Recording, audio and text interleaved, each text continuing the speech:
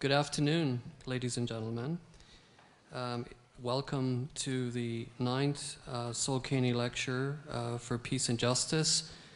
It is great to see all of you here today. Thank you very much for taking the time to be here. My name is Dr. Sean Byrne. I'm the director of the Arthur V. Mauro Centre for Peace and Justice at St. Paul's College here at the University of Manitoba. And it is a great honour to welcome all of you today to the Sol Kanee Lecture. The lecture is presented by the Mauro Centre, which is dedicated to research, education and practice in the areas of conflict analysis and resolution, human rights, peace and social justice.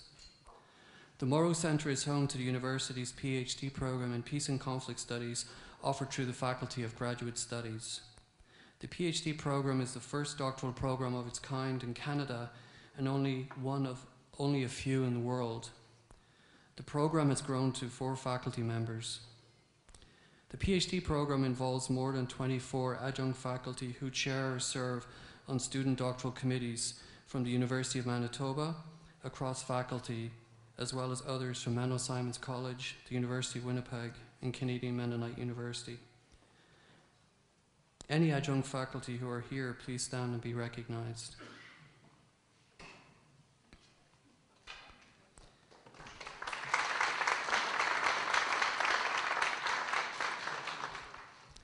At this time, there are 34 students from 18 different countries enrolled in the PhD program, many of whom hold college, university, national and international scholarships. And we also have 10 alumni of the PhD program. These students have come from around the corner and around the world in a quest to have a role in our interdependent work for social justice and peace. A joint master's program between the University of Manitoba and the University of Winnipeg commenced in fall 2010. Those students who are here, please stand and be recognized.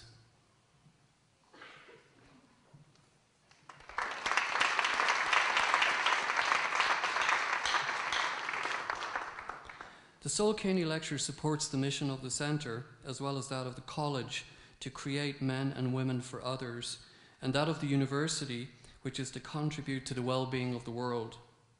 The lecture series was established by the Mauro Centre to honour Mr. Sol Kanee, an officer of the Order of Canada who was a prominent citizen in our community. His biography is in the lecture programme. It was the vision of Dr. Arthur Mauro and of the Mauro Centre's founding board of directors to hear from global leaders of different faiths and backgrounds who are working for a world characterised by justice and a sustainable peace. Indeed, Dr. Arthur Mauro has articulated that Winnipeg, both because of its history, existing institutions, and those under development, can become the new Geneva, creating a Winnipeg Convention to establish the rules for peace and social justice. The previous Sol Kanee speakers are Prince El Hassan Ben Talal of the Hashemite Kingdom of Jordan, the Honourable Lloyd Axworthy, Rabbi Michael Melchior, Cardinal Theodore McCarrick, PhD Distinguished Professor and Haudenosaunee Chief Oren Lyons, the Honourable Flora MacDonald, Dr. Iseldine Abu Elish, and Dr. Pumla Goboda Medicazela. This year we are privileged to be able to hear from Dr. Martin Mansergh. There are a number of individuals I'd like to recognise today. I would like at this time to recognise President and Vice Chancellor Dr. David Barnard.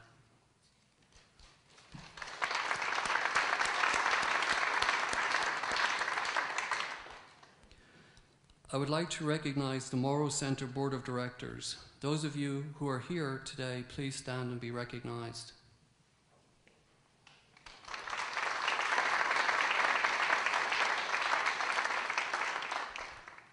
Many thanks to James Richardson and Sons Limited and the Richardson Foundation for sponsorship of the Sol Kanee Lecture Series. A programme before you has the format of today's lecture.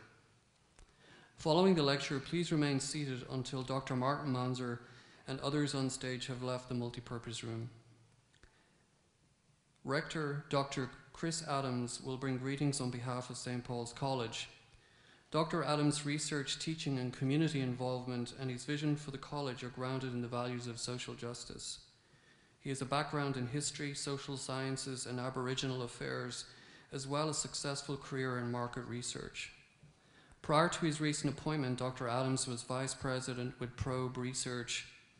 While there, his clients included Manitoba Advanced Education and Literacy, the Council on Post-Secondary Education, the University of Manitoba, the University of Winnipeg, University College of the North, Red River College, and Assiniboine Community College. While Dr. Adams was a student member of St. Paul's College in the 1980s, he earned 2 degrees at the University of Manitoba. Following his undergraduate studies, he earned a doctorate from Carleton University. In his formative years, he attended St. Ignatius School, St. Paul's High School, and Kelvin High School. Dr. Adams.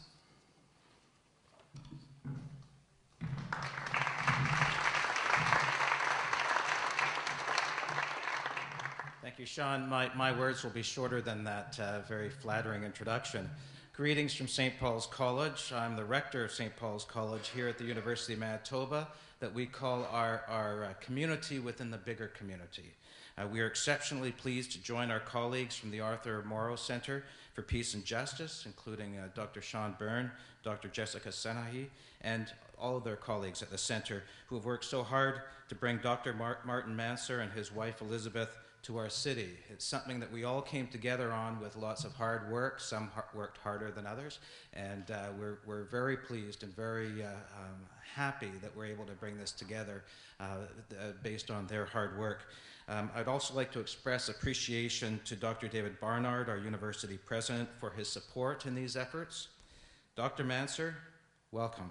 We appreciate your contribution to our learning environment and look forward to hearing your lecture regarding the resolution of the Northern Ireland conflict. Welcome to our city.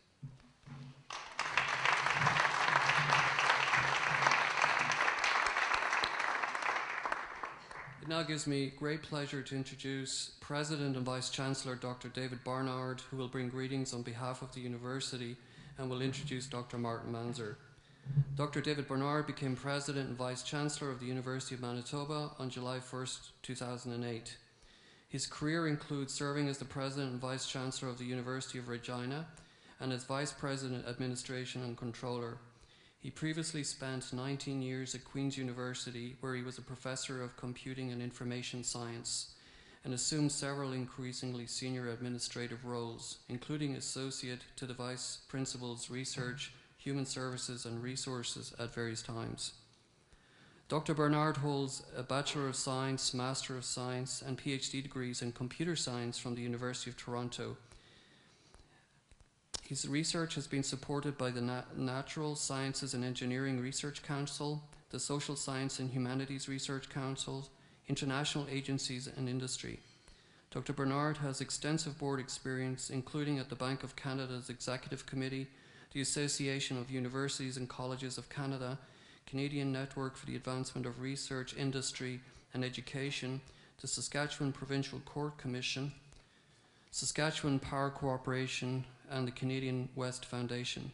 Currently, he chairs the Canadian Research Knowledge Network and is a member of the following boards, including Greystone Managed Investments, St. Boniface General Hospital, Centreport Canada, and Centre Venture Development Corporation. Dr. Barnard.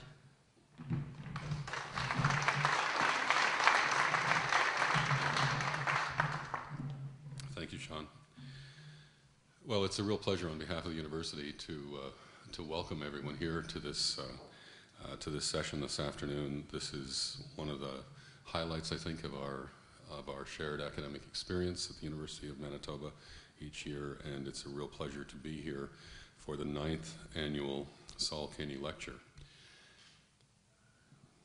You already know some things about our speaker. Dr. Martin Mansergh was the Irish government's point person in the negotiations that led to the 1998 Belfast or Good Friday Agreement that ended a conflict that at times appeared without end. That agreement was negotiated with Tony Blair's British-led government, Unionist, Nationalist, Loyalist and Republican political actors, as well as with U.S. Senate Majority Leader George Mitchell, who mediated the process. With those participants, one wonders that anyone was willing to take it on. Ultimately, it led to a devolution of political control to a Northern Irish government based in Stormont and Belfast, and the creation of a process to build a lasting peace among the people of Northern Ireland. So I really want to congratulate the Arthur Mauro Centre for Peace and Justice for inviting Dr. Mansergh to speak here today. In addition to the things that I've said in the handouts that are available, you can see just the huge number of things that he has done. He served as a diplomat, he was co-chair of the British-Irish Constitutional Subgroup, he's been a member of the Forum for Europe and the British-Irish Interparliamentary Body, served as a Minister of State, served as a senator, an amazingly distinguished career. And it's an honor to have him here this afternoon.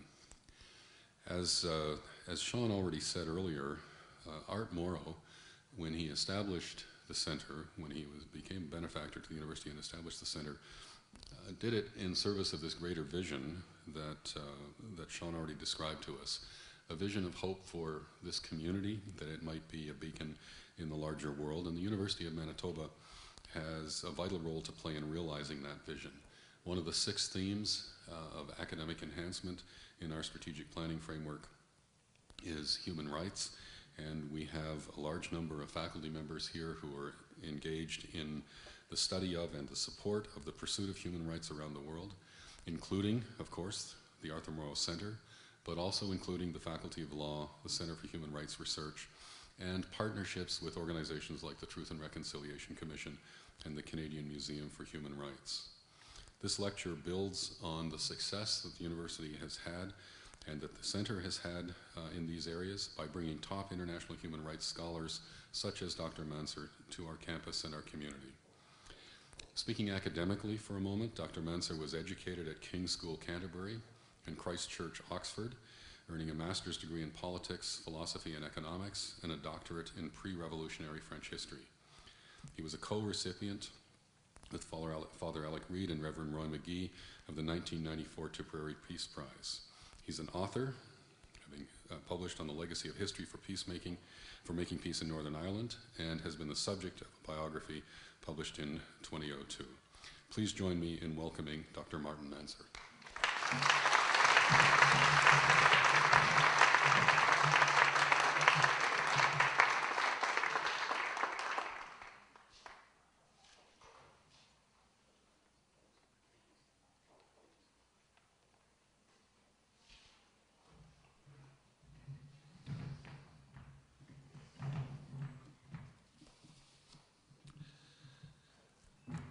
President and Vice-Chancellor, Rector of St. Paul's College,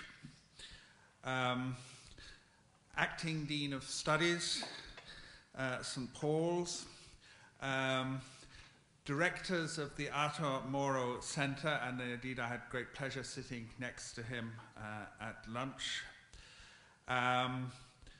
and of course Dr. Sean Byrne, the director and fellow Tipperary man, and of course last but not least, who is or isn't used to listening to me, my spouse.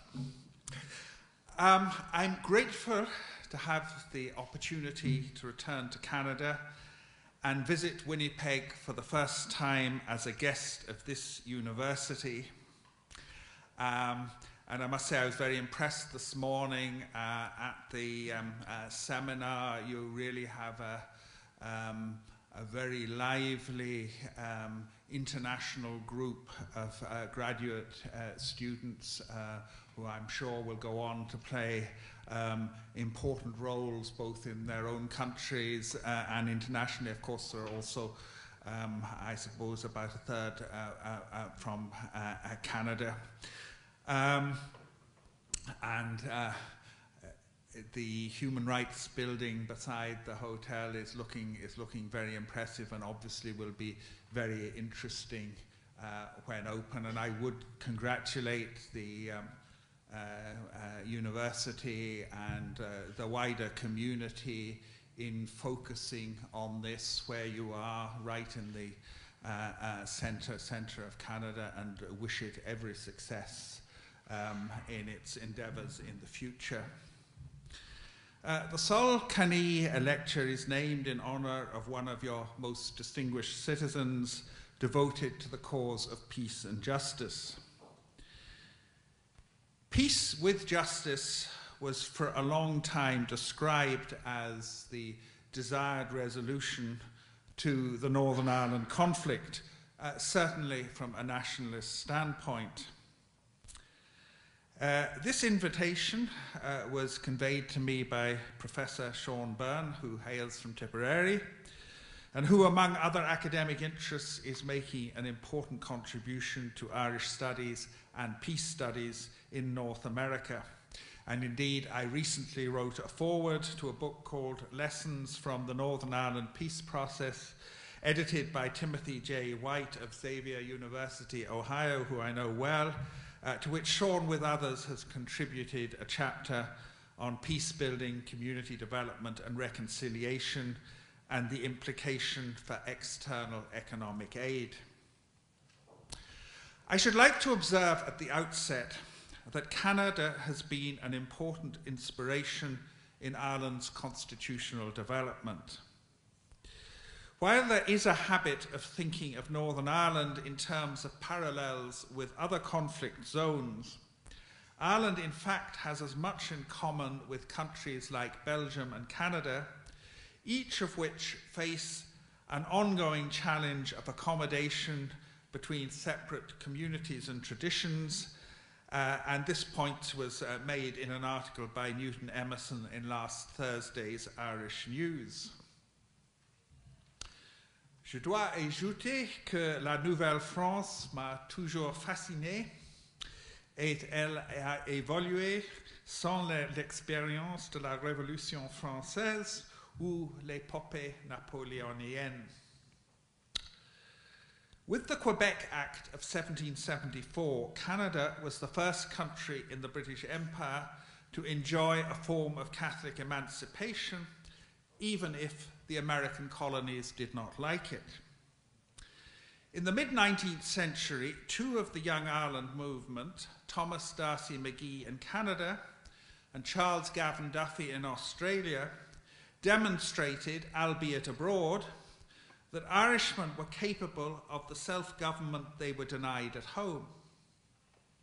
Indeed, McGee went so far as to recommend Canada, though a British dominion, as a better place for Irish people to emigrate to than the United States. This suggestion has a certain topicality today, with Alberta seeking Irish jobs recruits at the Royal Dublin Society this week. Indeed, my eldest daughter and her future husband worked as scientists in the university in Calgary for several years, which we had great pleasure visiting. McGee, who became a leading constitutionalist in Canada, an advocate of an inclusive Canadian nationality, fell victim to the Fenians, whom he vigorously denounced, and who desired to embroil America and Britain in war on the principle that went back to the American War of Independence and the Irish Volunteers, that England's difficulty is Ireland's opportunity. In 1879, at a time of acute agricultural distress and fears of another famine, the Dominion of Canada opened up a relief fund, and indeed a year or two later, the British government and the Society of Friends, otherwise known as the Quakers, organised the emigration of a whole community from Belmullet, County Mayo, to Canada.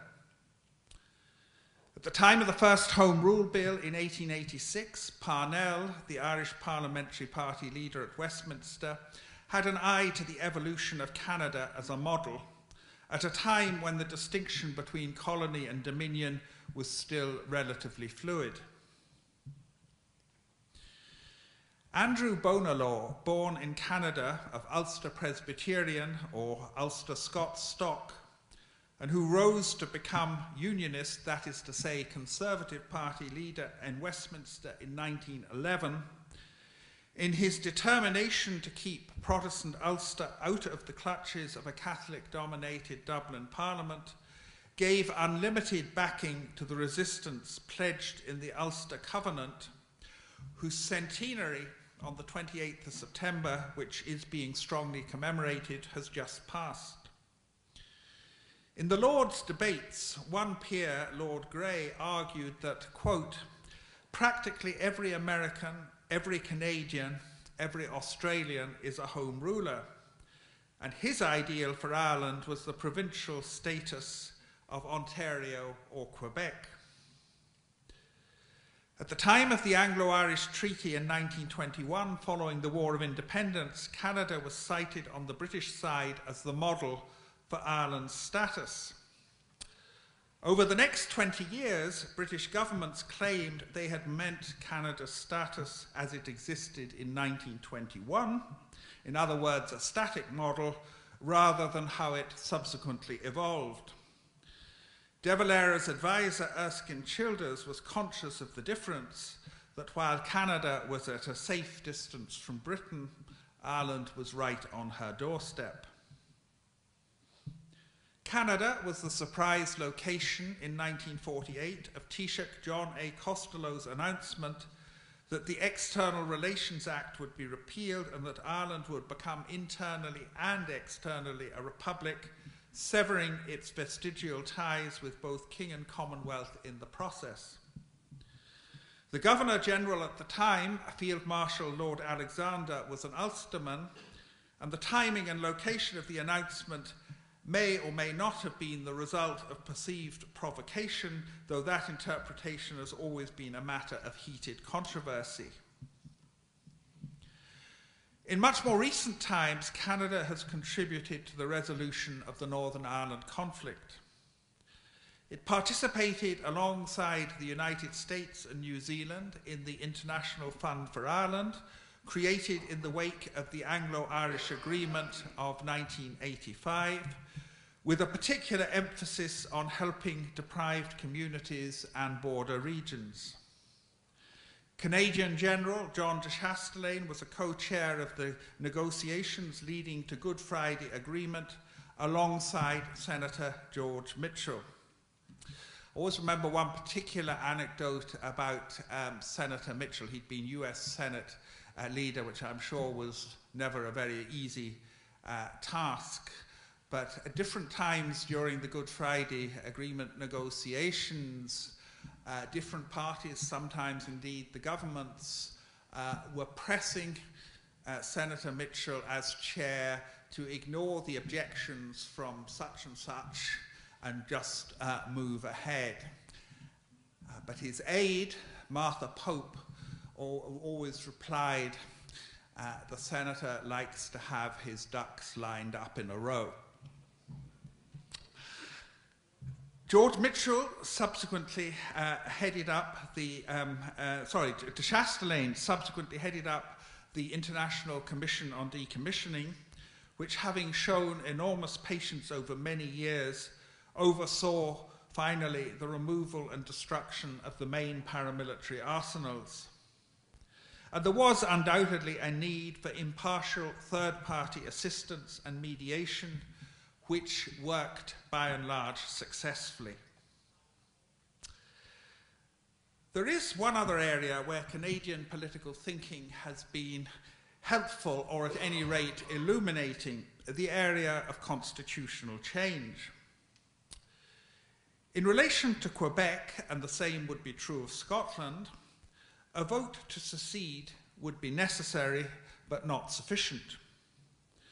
Once the electorate had endorsed the wish in principle, terms and conditions would have to be negotiated and the results of that process ratified.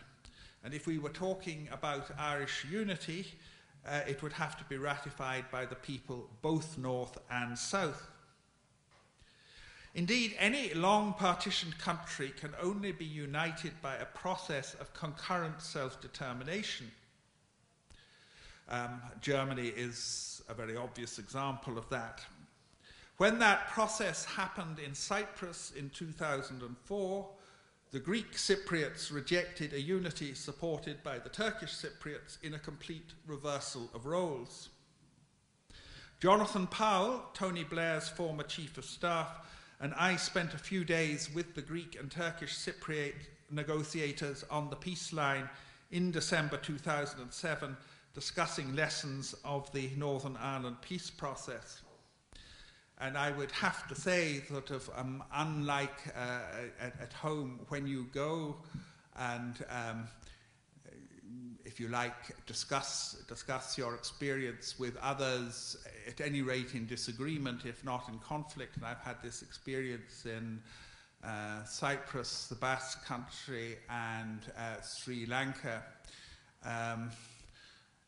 One has the experience even several years later that the situation has not far advanced and may indeed have gone backwards, but one hopes that this wasn't due to one's influence.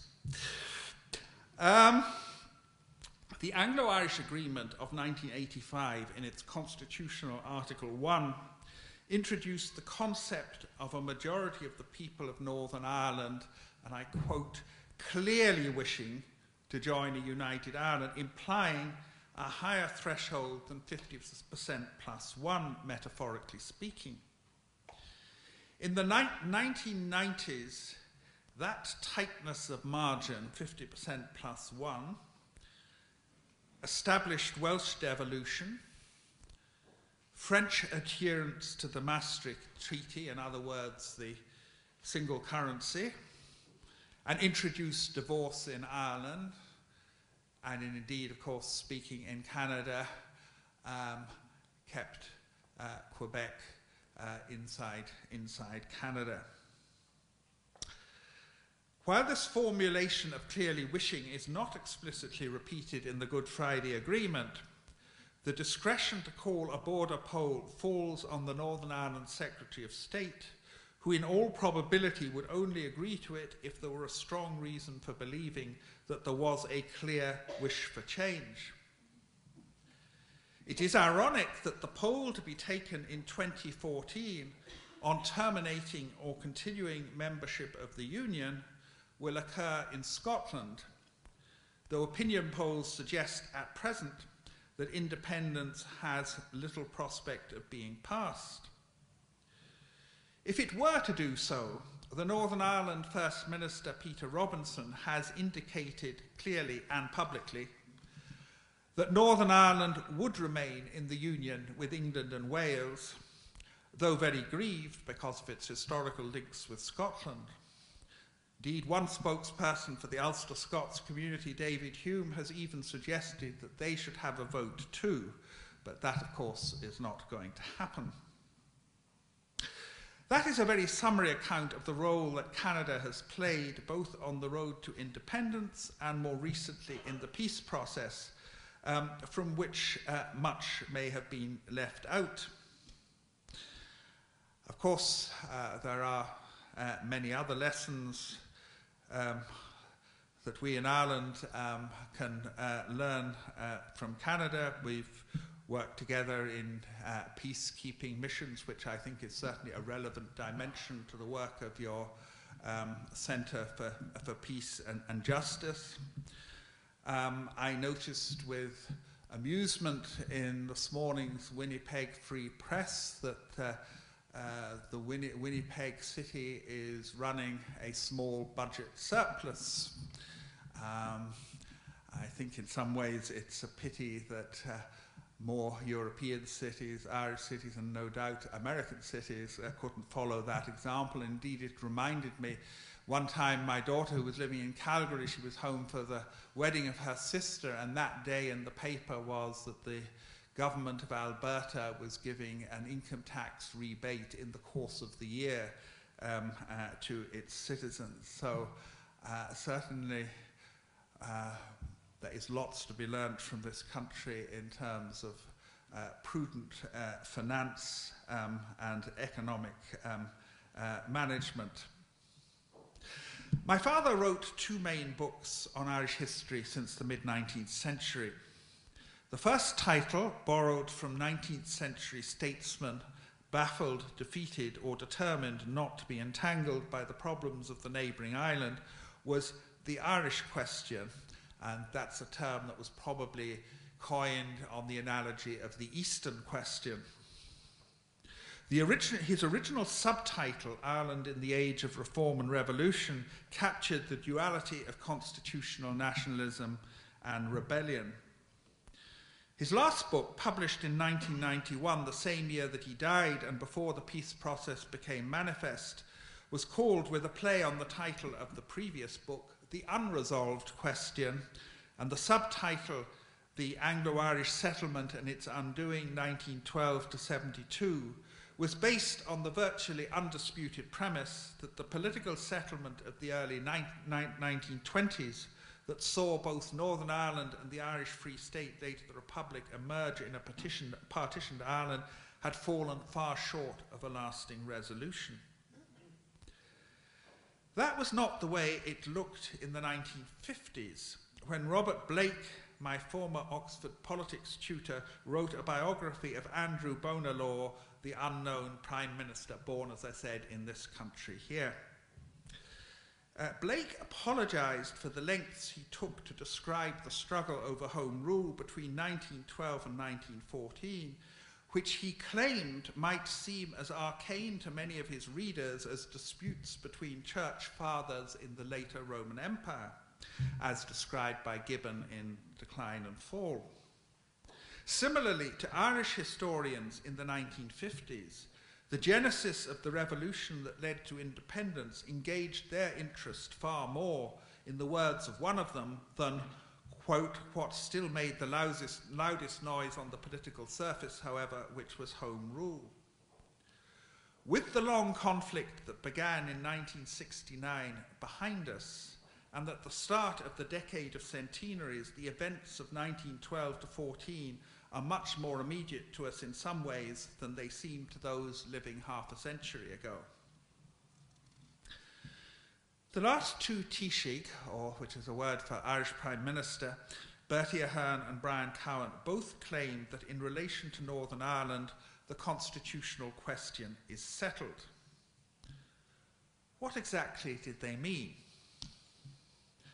They were not renouncing for all time any prospect of a united Ireland brought about by agreement and peaceful means. They meant, I believe, two things. First of all, that there is a political settlement which is also a peace settlement, democratically ratified, which accommodates the two main communities in Northern Ireland, Unionist and Nationalist, rendering absolutely redundant any resort to arms.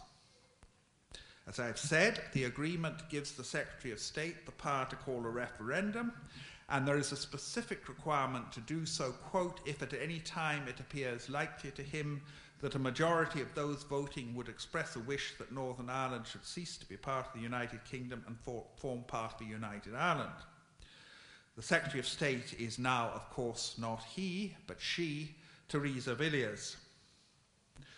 Solutions excluded by the Good Friday Agreement that were canvassed at different periods during the Troubles, such as Northern Ireland becoming independent or repartition, make the Good Friday or Belfast Agreement different from the Sunningdale Agreement of 1973. The likelihood, however, is that the present constitutional settlement will last for some considerable time to come. This is both because there is no early prospect of majority consent, even with shifting demographics today that may favour the nationalist community over the much longer term, but also because the economic independence of the Republic has to be re-established. And in the current economic storms, it is difficult to hold it against those who believe that Britain provides a safer haven. I should like to go back over the essence of the issues that had to be resolved. Over the centuries, there have been two dimensions to recurring conflict in Ireland, expanded to three since the late 19th century and early 20th century. The first is the relationship between the two islands of Britain and Ireland. And the second is the relationship between two groups within Ireland, one based on independence and self-sufficiency, the other linked to and looking to Britain. And the third is their relationship within Northern Ireland. In other words, there is the East-West relationship, the North-South one, and the one within Northern Ireland. It was only in 1990 that Peter Brooke, Northern Ireland's Secretary of State, publicly renounced on behalf of Britain any selfish strategic interest in holding on to Northern Ireland. From the Norman invasion in the 12th century, England was always fearful that its neighbour to the west could be used as a springboard either by rival contenders to the crown or by continental enemies that shifted steadily eastward from Spain to France to Germany and finally to the Soviet Union. The statement in 1990 coincided with the end of the Cold War and the final disappearance of any threat other than a terrorist threat to the United Kingdom that would require the retention of bases. There were in the past other perspectives.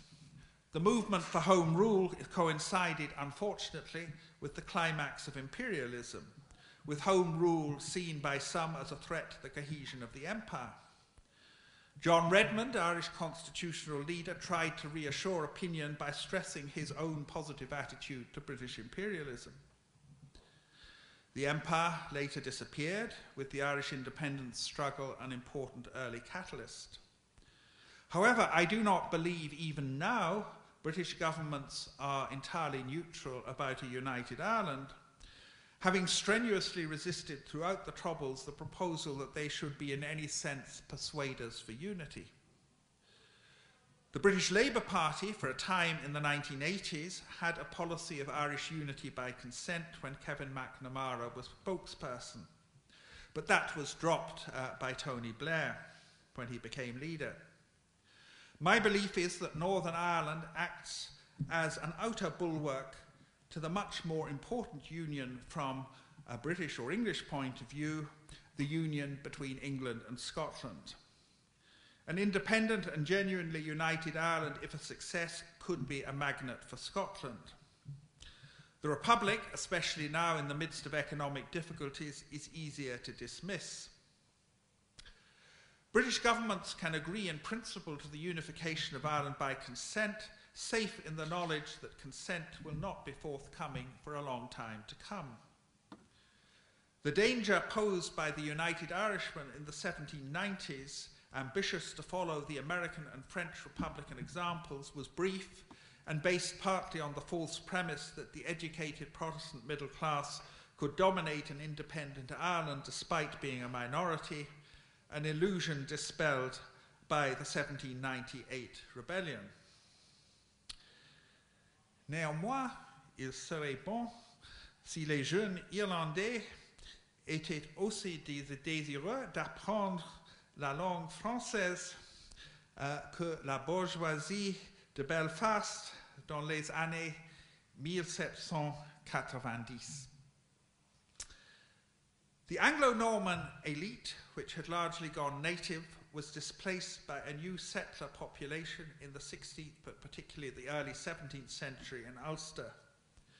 The conquest of the whole of Ireland and its subjection to a Protestant elite monopolising power and office could not endure into a more democratic age, and the active union between Great Britain and Ireland subsumed the large Catholic majority in Ireland into the much wider population of the two islands.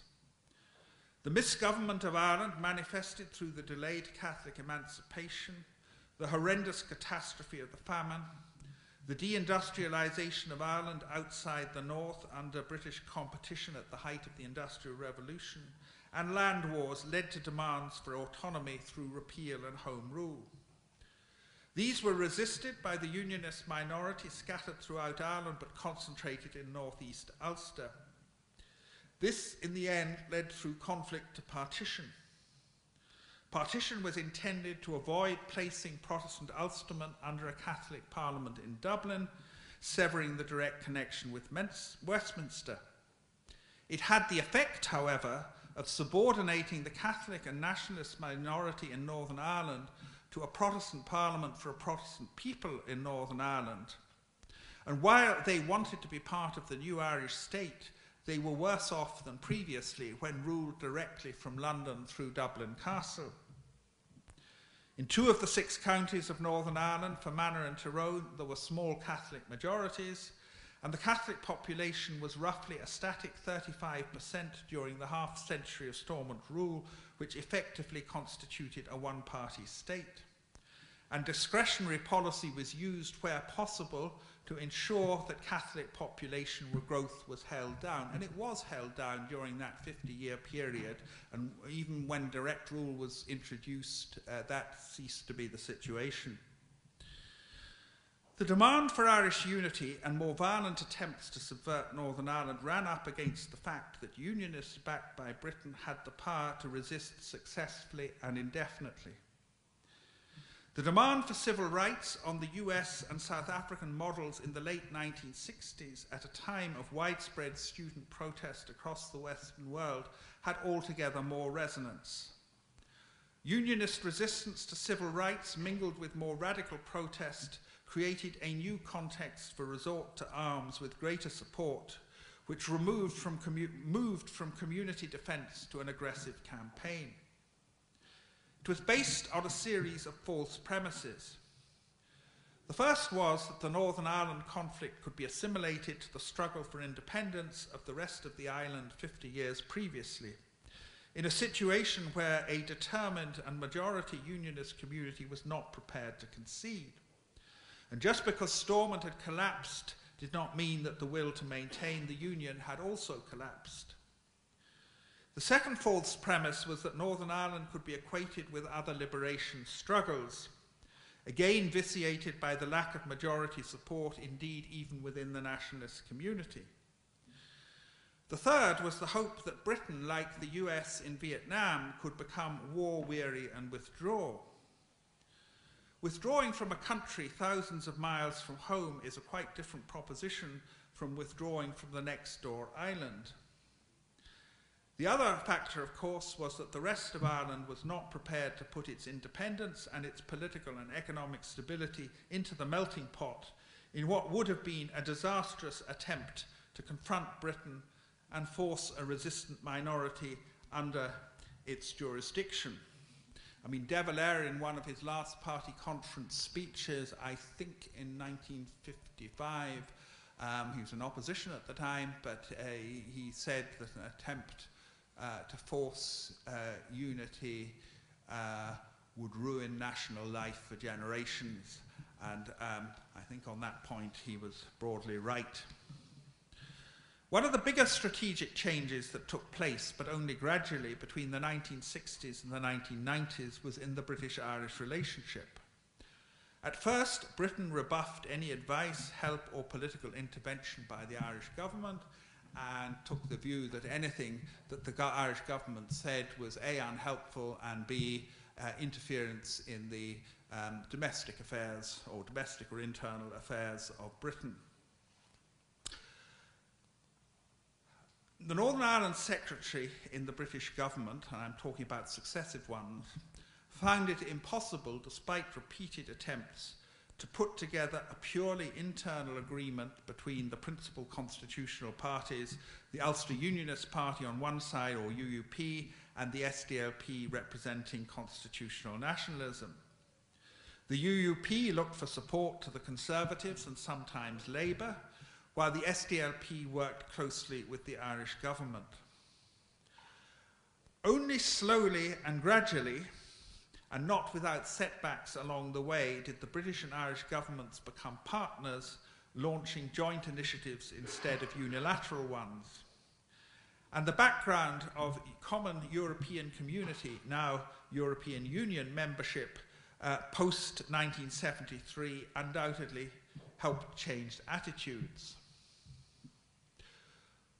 Aujourd'hui, l'Irlande appartient à l'eurozone qui est maintenant au cœur de l'Union européenne, tandis que la Grande-Bretagne veut rester à part et même repatrier quelques pouvoirs. Je suis convaincu que l'eurozone va survivre et que lentement nous allons surmonter les problèmes. Si tel est le cas, l'Irlande et le Royaume-Uni vont se trouver sur des voies séparées, et l'Irlande du Nord et la République aussi. My point is that Ireland, the Republic, belongs to the Eurozone. Britain doesn't, and in fact is at the moment moving in a different direction. If the Eurozone survives, and my belief it will,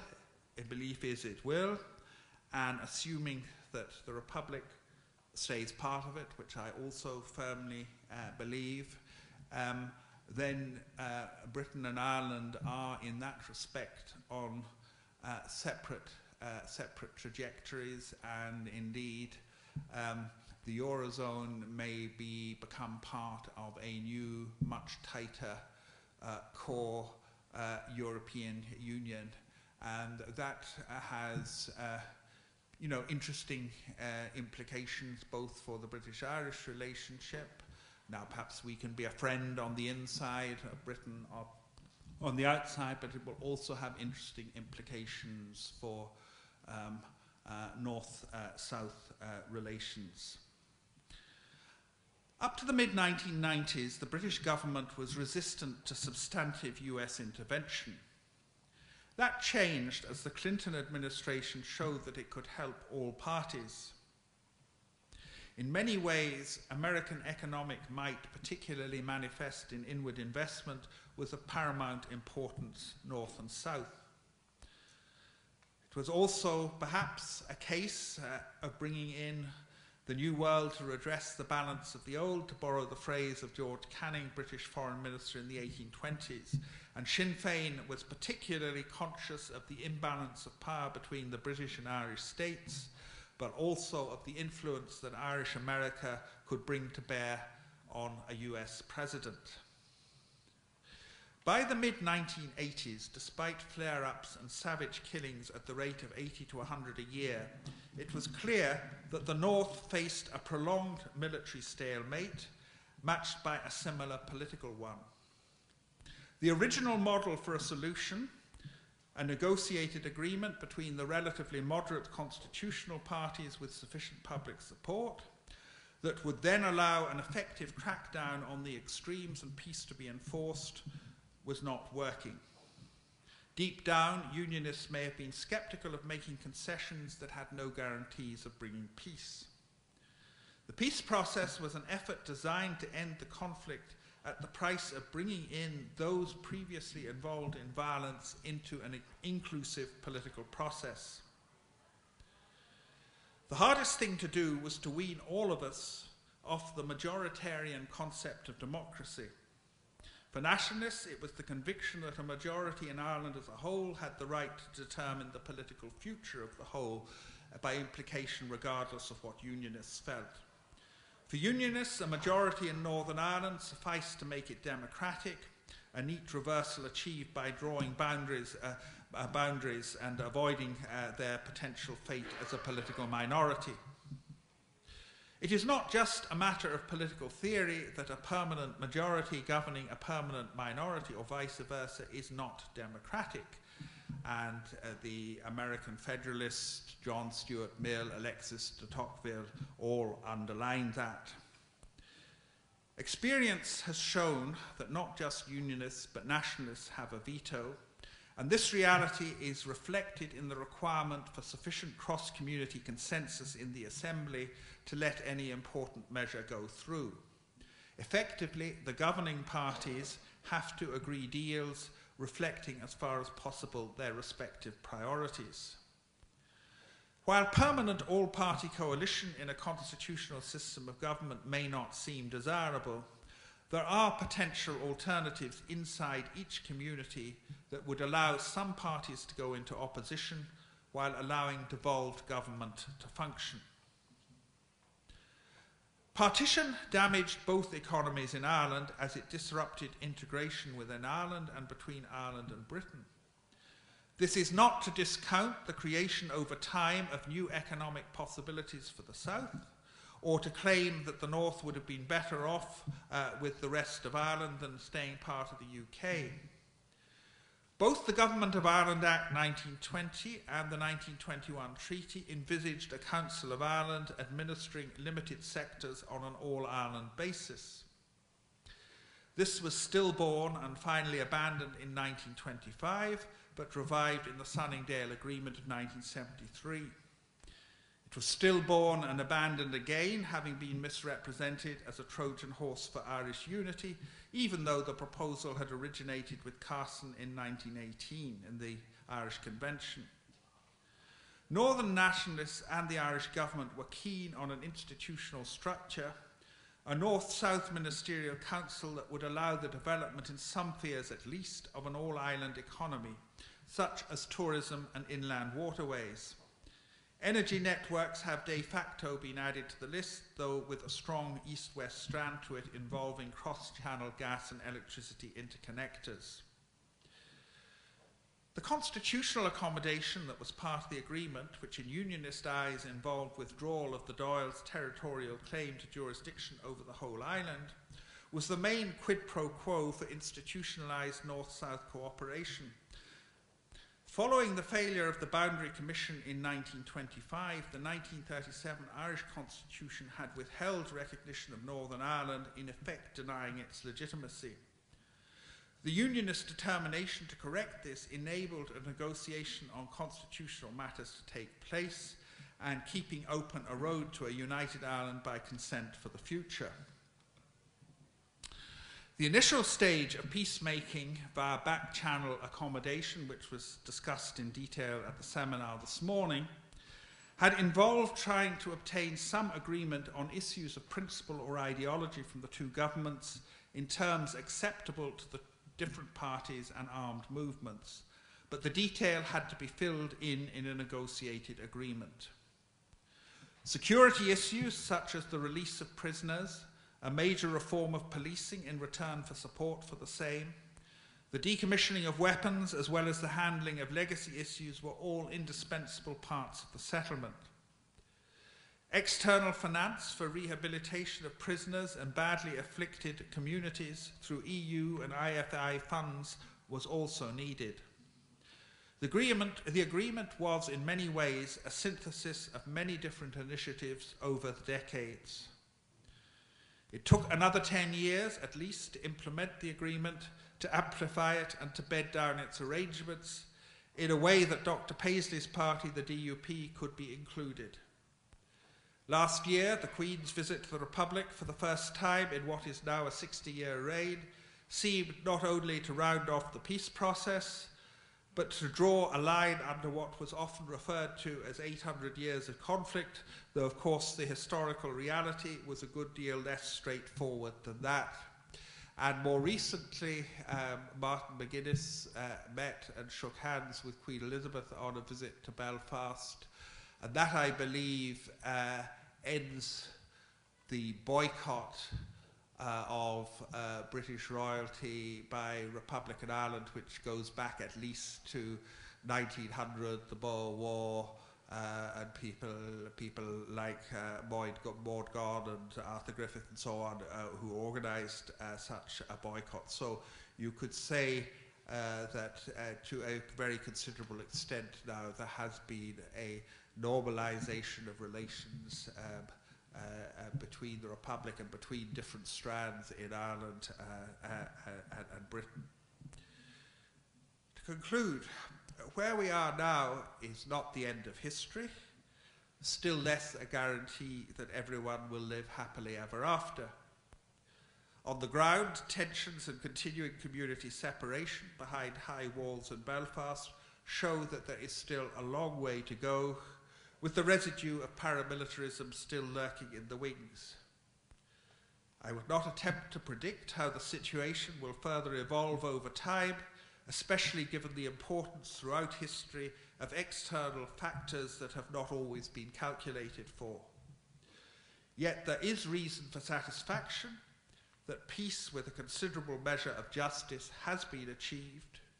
It is an important achievement of this generation that stands in its own right, irrespective of future progress. And it is an encouraging demonstration to the world that apparently intractable territorial and communal conflicts can, at any rate to a considerable extent, be resolved. Thank you.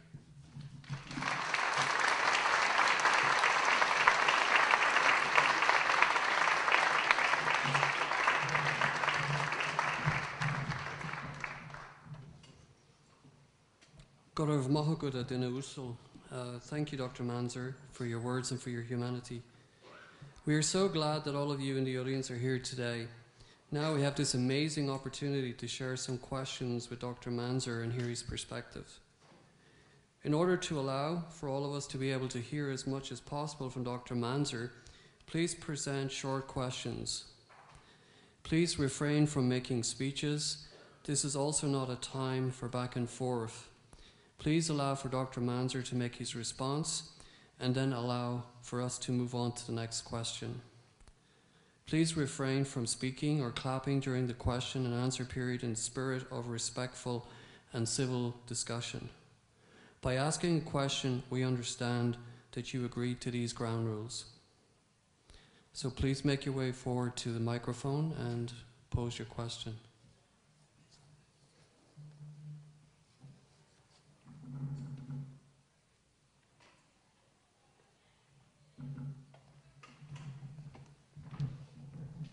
I'll start. Dr. Mansergh, thank you very much for this very informative discussion that you provided here. Could I ask what lessons we can draw from your experiences for such troubled hotspots such as Israel and Palestine?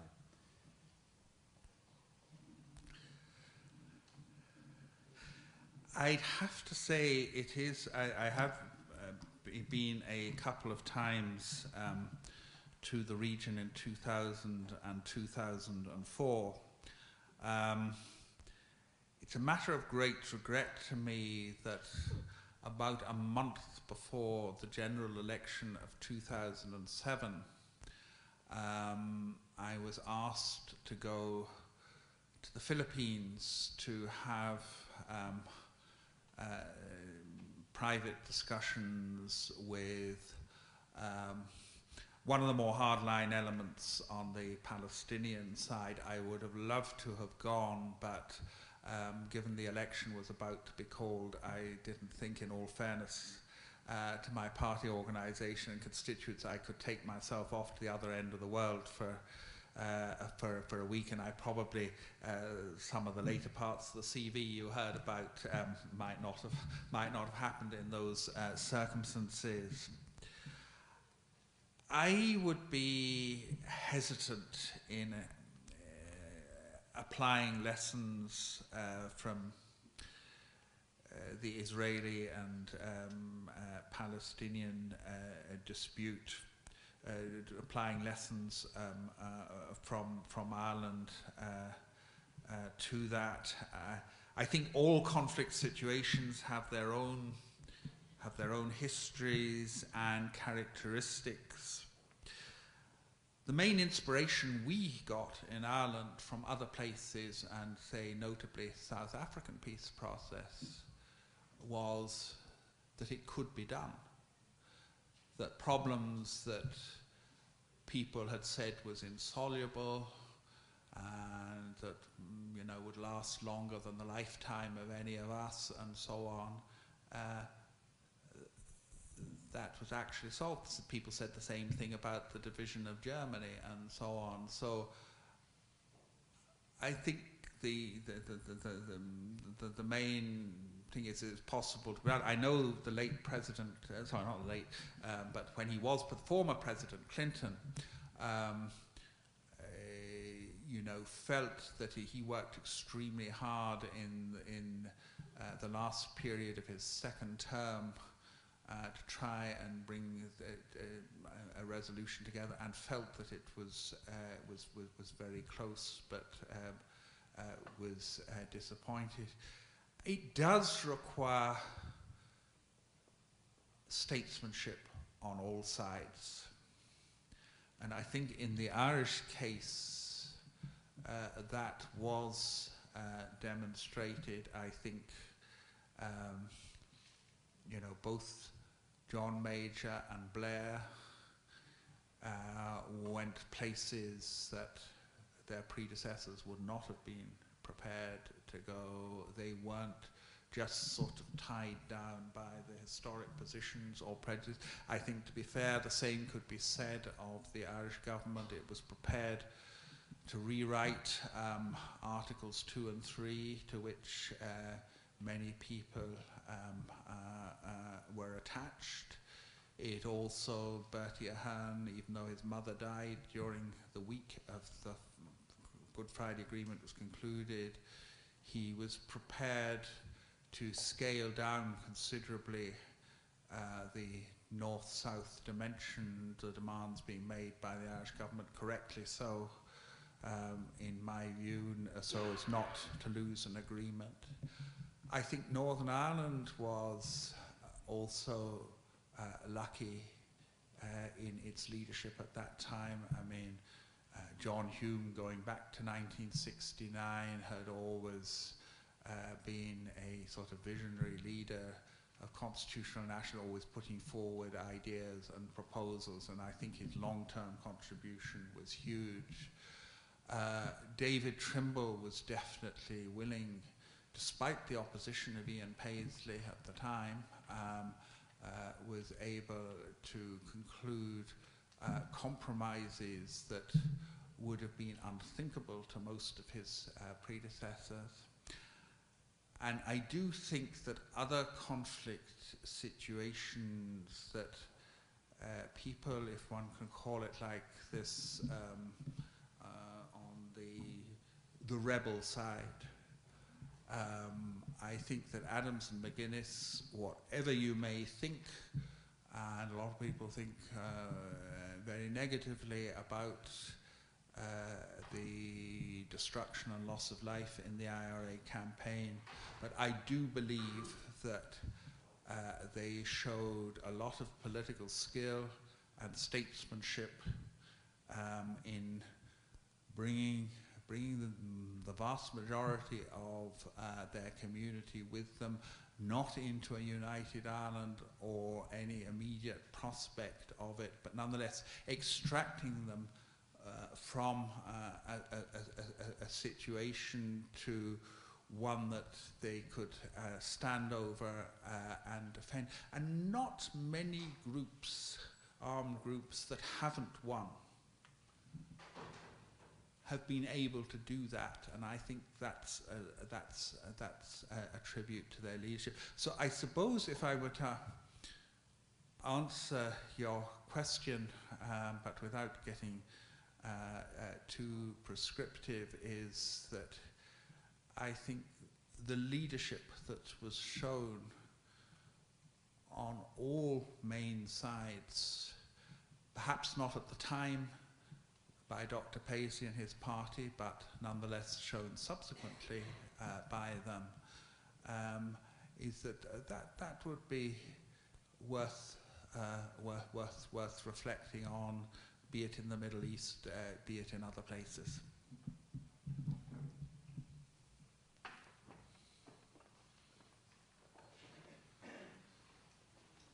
I would like to hear your views on the PSNI's search or demand for the Boston College tapes.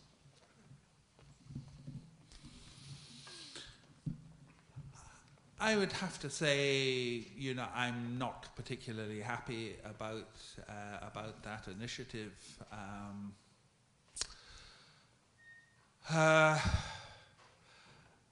And we don't know, of course, what the outcome is going to be, or whether they are as significant as is perhaps made out. I mean, I certainly noticed that one of the people who was interviewed, Dolores Price, has given public interviews which, if anything, maybe go beyond what she said in the Boston tapes, at least if Ed Maloney is to be believed. But no, I wouldn't be particularly happy about it, to be frank with you. I think I'm not sure that it actually has the ability to destabilize the peace process. I think the peace process is fairly strong. Now, I think it has to be remembered that the people who were interviewed were mostly Republicans who were unhappy with the peace process and who were critics, in some cases strong critics, of Adams and McGuinness. But you know, what's said in interviews with academics, you know, doesn't necessarily carry a guarantee of truth or tablets of stone. Those things would have to be evaluated. So whether, if you had them tomorrow, whether even people who were looking to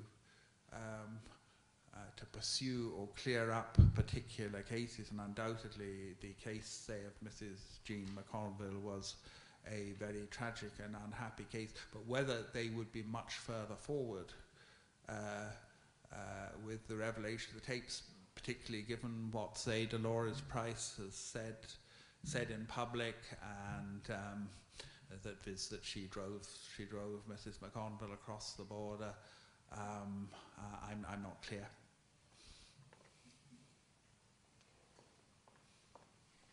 So you said in your conclusion that there's a long way to go, but almost 2 weeks ago there were reports that police were at high alert in Northern Ireland regarding the Belfast March protest and Loyalist parades. Yeah. My question is, how vulnerable is the Northern Ireland society in terms of communal conflict? How what? How vulnerable is the Northern Ireland society in terms of communal conflict? Well, I mean, very few things in this life are absolutely irrevocable, and if you want something like an agreement or a new system of government to be maintained, the different parties to it have to continue working at it, and you can't afford to relax, and there will be events and people who will continue to be challenging, and one of the relatively unresolved issues which the agreement did relatively little to resolve is the whole question of sort of parades of one kind or another. Now, the only thing to be said is the commemoration of the Covenant is a once-in-a-100-year event. It was interesting, actually, the different coverage north and south of the border. South of the border, the press rejoiced that it had gone off relatively peacefully. In the Irish news, there was about 10 or 11 pages of about the trouble it caused, and you know, banging drums outside a Catholic church, and so on. But I'm afraid that, and there are other challenges, you know, various dissident forces on the Republican, indeed, Loyalist side. I mean, there will continue to be security challenges, but I think, I mean, the two parties who, if you like, most strongly support the agreement these days, which are Sinn Féin and the DUP, at the last electoral challenge, they held their position and maybe even slightly improved it, and they weren't in any way weakened by the critics, such as they are on either side, who maintain that they shouldn't have been concluded or shouldn't be working such agreements. So I think the political support for it is remains pretty strong. Now, that doesn't solve problems on the ground necessarily, security problems. I accept that, but one should never use words like irrevocable and so on. I mean, none of us can foresee, you know, how the future will develop, and sometimes there can be quite unexpected events of one kind or another that can. But for example, I mean, 3-4 months after the Good Friday Agreement, the Omagh bomb occurred, which killed over 30 people. And one might have thought, if one had foreseen that, to say a couple of months is well, this is in danger of destroying the agreement. It didn't destroy the agreement. It actually, if anything, reinforced support for it, and it pushed the sort of the parties closer together in a common determination to resist that type of thing.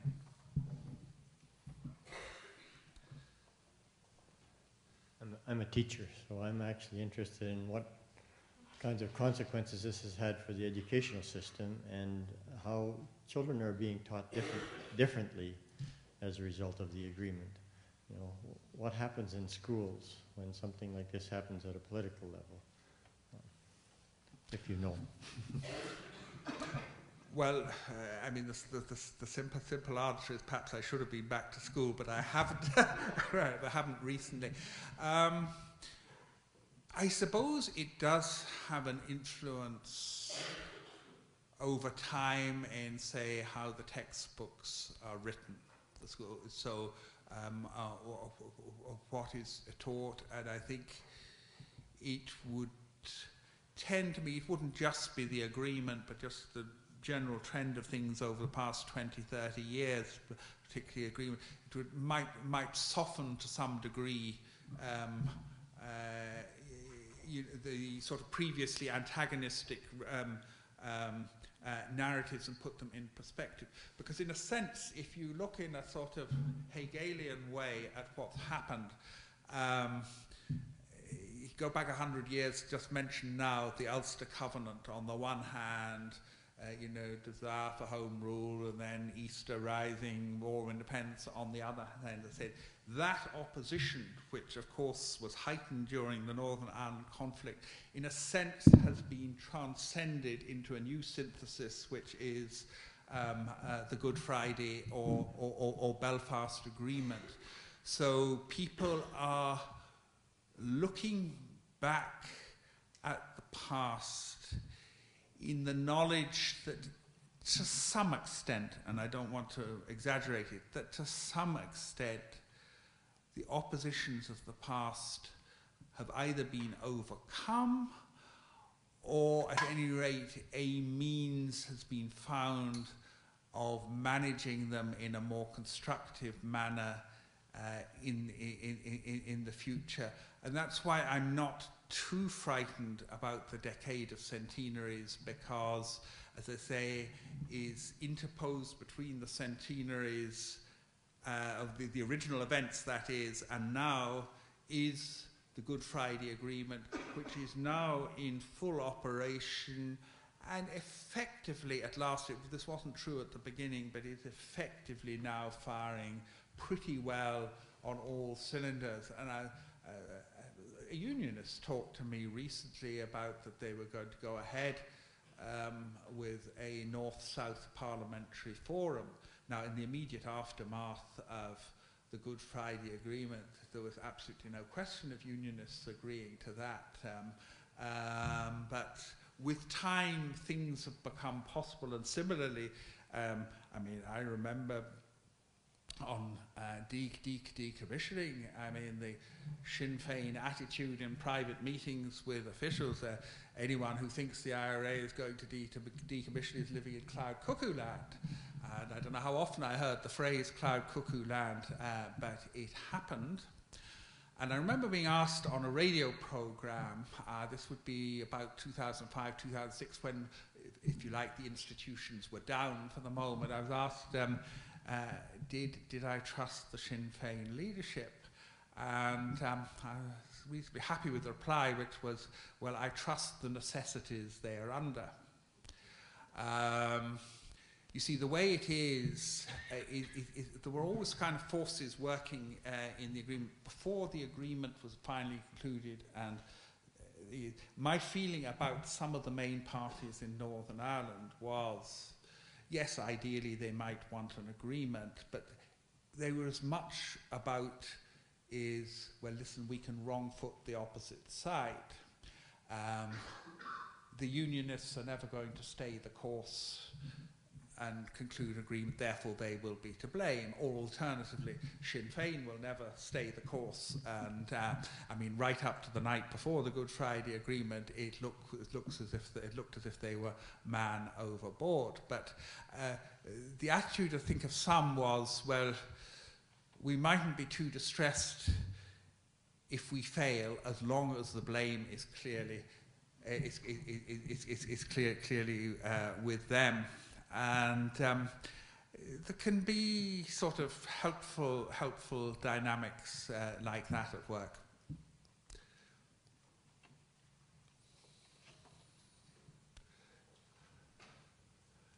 Given that what we're talking about are two English-speaking communities, in the 14 or 15 years since the Good Friday Agreement, has there been any acceleration of fraternity among medical doctors, lawyers, actuaries, God knows what else, sport, the arts?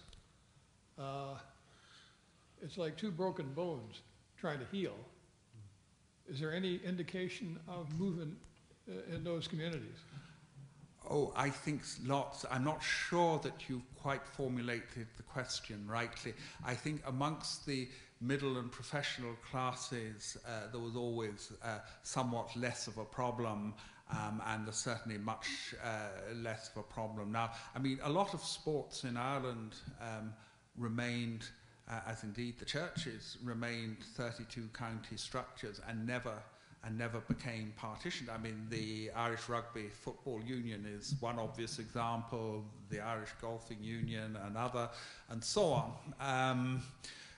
But I think the difficulty has been more, in the working class communities, and you have sort of walls in Belfast. But undoubtedly there is. I mean, 20 years ago, politically, at times, the only two parties prepared to talk to each other were the Alliance Party and the SDLP.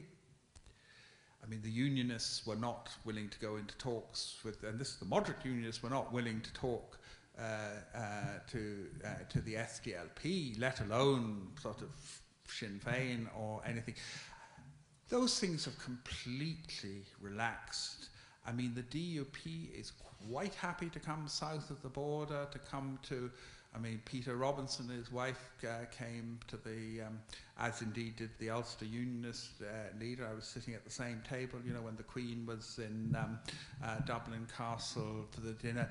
I mean, there's been sort of huge level of détente compared with what there used to be.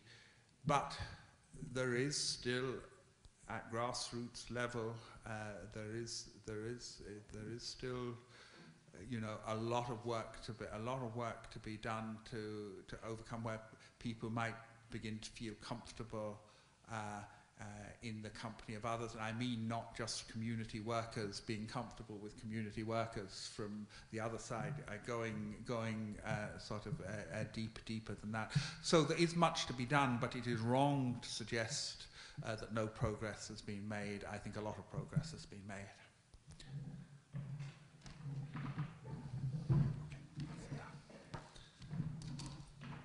Dr. Mansergh, thank you so much. And now I'd like to call upon Ms. Laura Reimer, a doctoral student in the Peace and Conflict Studies program of the Arthur V. Mauro Centre for Peace and Justice, St. Paul's College, to express our appreciation.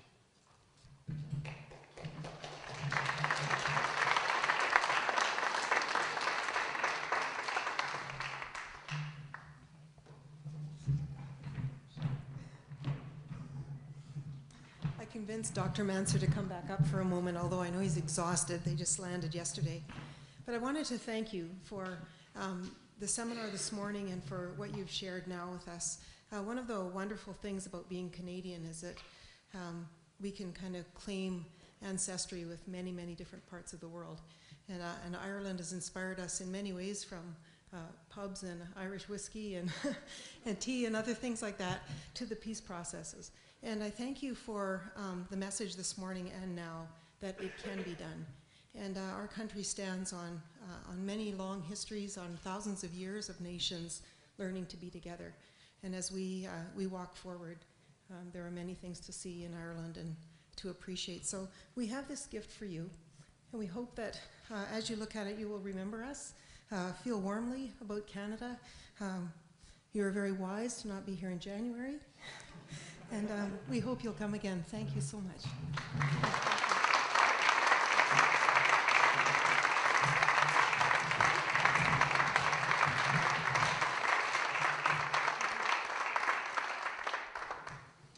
To mark the occasion, the Board of Directors of the Arthur V. Mauro Centre has decided to create a graduate fellowship in his name to be known as the Dr. Martin Mansergh Graduate Fellowship in Peace and Justice.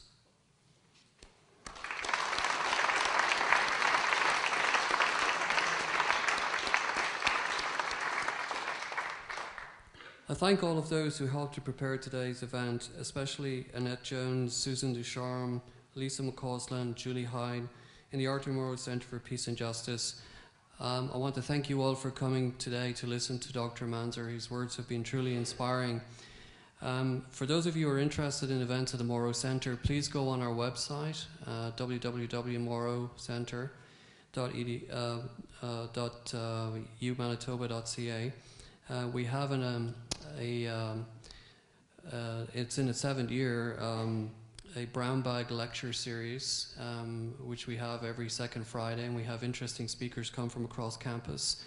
In March 2nd, Dr. Mohammed Abu Nimer from the American University will be here, and also in May we'll have the Winnipeg International Storytelling Festival.